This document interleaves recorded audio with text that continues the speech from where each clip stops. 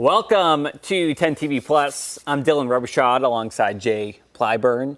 And Jay, the rain moved on out of here. Today it's going to be looking pretty nice. The clouds move out tonight. Should be pretty nice to get out there and take a look at the planets overnight tonight. Oh, yeah. I was going to say it wasn't bad out there yesterday. We're going to be warming up quite a bit, too. Equally as nice today. Yep. What's crazy is that... It was a little windy out there yesterday. It was windy.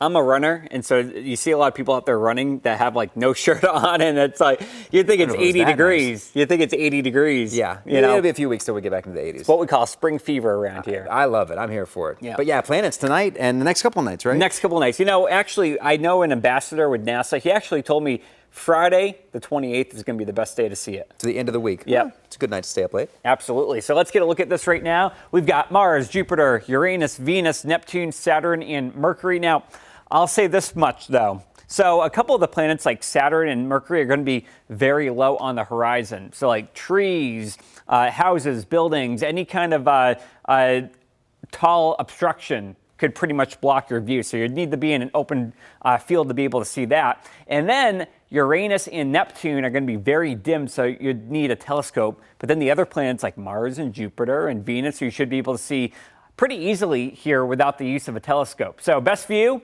pretty much every day this week. You can see it after sunset. The best view, though, on Friday. Venus and Jupiter will be the brightest, which means the easiest to see. And then you'll need a telescope to see Uranus and Neptune. The cloud cover tonight shouldn't be too bad. I think as you head off to the west, should be looking pretty clear. As you head off to the east, we'll be looking at scattered clouds. But, I mean, cloud cover will cooperate much better today than what we saw over the last couple of days. As we look outside here, this was a look a few hours ago. We are getting the clouds out of here. Sunrise was at 7:10 this morning. Now the sunset, 6:19 p.m. And so we are gaining a whopping 2.5 minutes of daylight every single day, which is nice. All right, let's talk about that spring fever. All right, as we look down towards Pickaway County, Ross and Pike counties, take a look at that. Low 60s out there. It's cooler up to the north. Why is that? We're going to be looking at some cloud cover. That cloud cover will block a lot of that sunlight, making things much cooler as we head through today. Now, take a look at this warm air that we are tapping into from the south. Our rich supply, we call it the warm conveyor belt because it's a whole bunch of air that is warm and moves up to the north. So that will keep us around 60 for today and tomorrow. Also, notice where your jet stream is way up to the north. What does that mean? We've got plenty of real estate to work with here as we're going to be looking at that mild air cruising on in. It is almost the last day of February, which will be on Friday. The coldest time of the year was actually around the end of January. That was more than a month ago. And so now as we head towards the end of February and heading into March, that average temperature is warming on up. Last week it was 33 degrees. Heading into next week, the average high is 38. So we are at a time in the season where we'll begin to see some rapid changes as we get some warmer air kind of feeding into the region. So if you want spring, then you'll like this forecast. Also, if you want to cut down on your electric bill, you'll also like these milder temperatures that we'll be seeing over the next couple of weeks, because I don't know about you, my electric bill has been through the roof with those home heating costs. As we look at this evening, we get rid of the clouds. Notice that I was just talking about the cloud cover tonight. If you're trying to get out there and look at the planets, these clouds will be a bit stubborn here through 7 o'clock across eastern sections of the area. But then as you head off to the west, we're looking at fewer clouds. Heading into tomorrow, look at this, 7 a.m., waking up, heading off to the bus stop, heading off to work. Some stubborn clouds throughout the area, but it's tomorrow night that our next system roars into the area. This will be mid to late afternoon, 2:30 p.m. A few light showers. That's kind of the appetizer, if you will. But the main entree of rain comes in at 9:30 p.m. But this is going to be very fast mover, okay? If you blink your eyes, you'll miss it because look how quickly it moves on through. By midnight, see you later.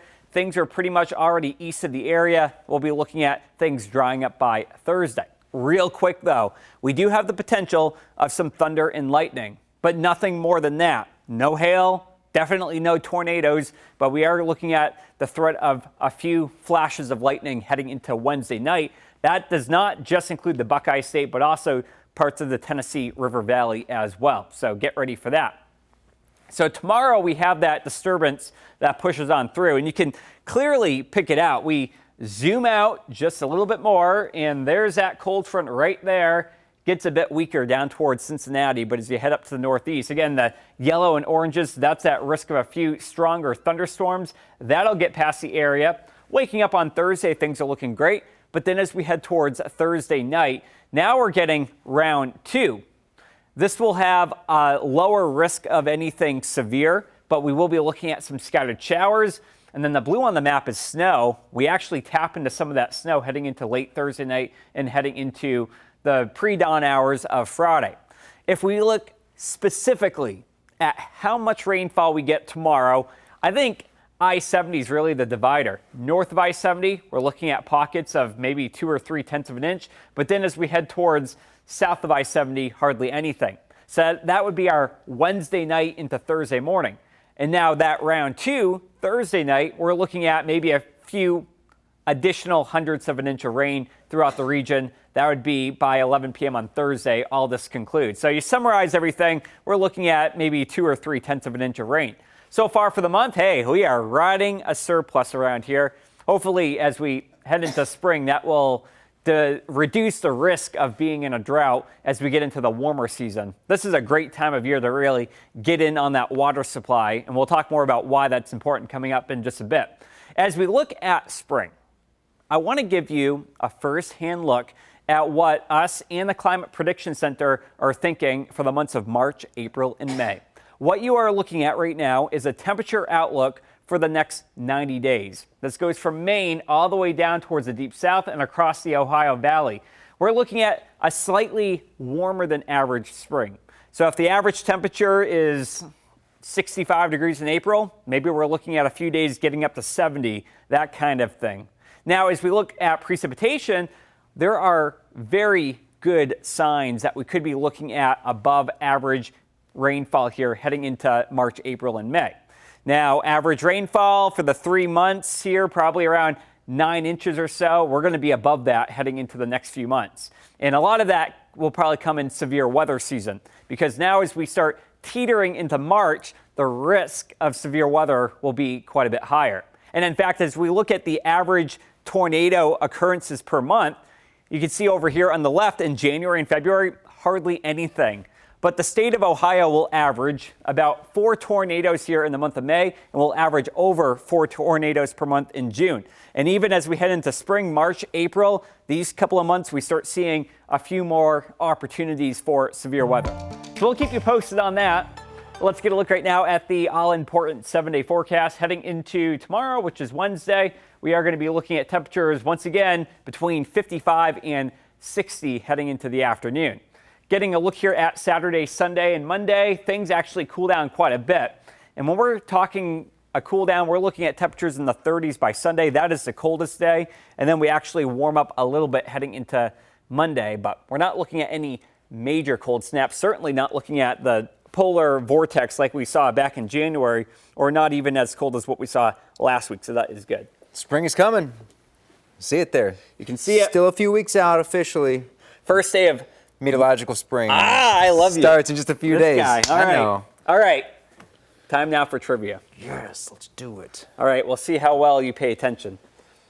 All right, what is the driest month of the year in Ohio? Is it January? Is it February? Is it July? Or is it September? Did you just say this? Should I have been paying attention more than I was? Actually, I'll forgive you. No. I can guess. Guess, please. I'm going to go with July. July. Or September. What? February. Did you say this? So here's the thing, okay? So February, we get the least amount of rainfall.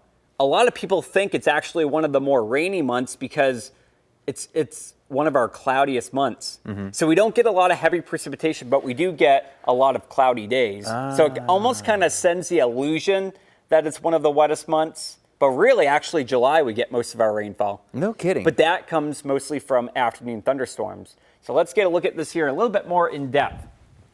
So February, we average about 2.4 inches of rainfall. Heading into March, April, May, and June, take a look at this here. By summertime, we average about 4 inches of rain per month. which is almost twice what we average here in the month of February.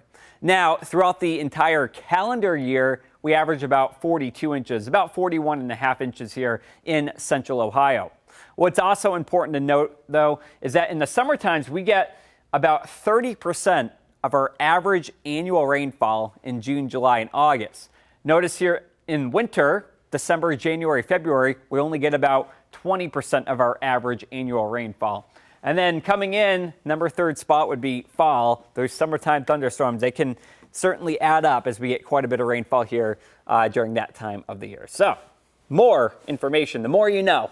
I was on such a good run with my trivia answers. You got one day right. I thought I got a couple days right. Now who's counting? On any given day, you have a 25% chance of getting it right. That's what I true. say. Thank you for the multiple choice. Exactly. All right, that does it for us here on 10 TV Plus. Chief Meteorologist Jerry Martz is back here for 10 TV News starting right at 6 o'clock.